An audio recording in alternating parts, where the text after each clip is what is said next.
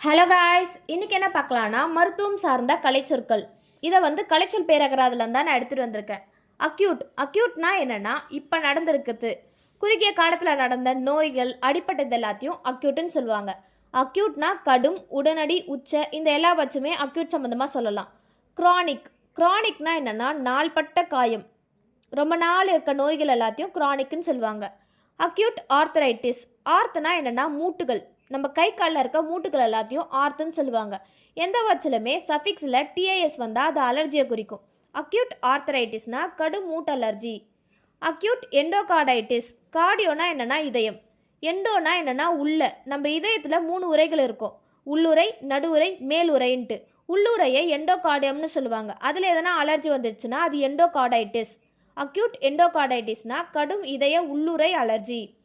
Acute nephritis, நெஃப்ரான்னா என்னென்னா நம்ம சிறுநீரகத்தில் இருக்க செல்கள் எல்லாத்தையுமே நெஃப்ரான்னு சொல்லுவாங்க.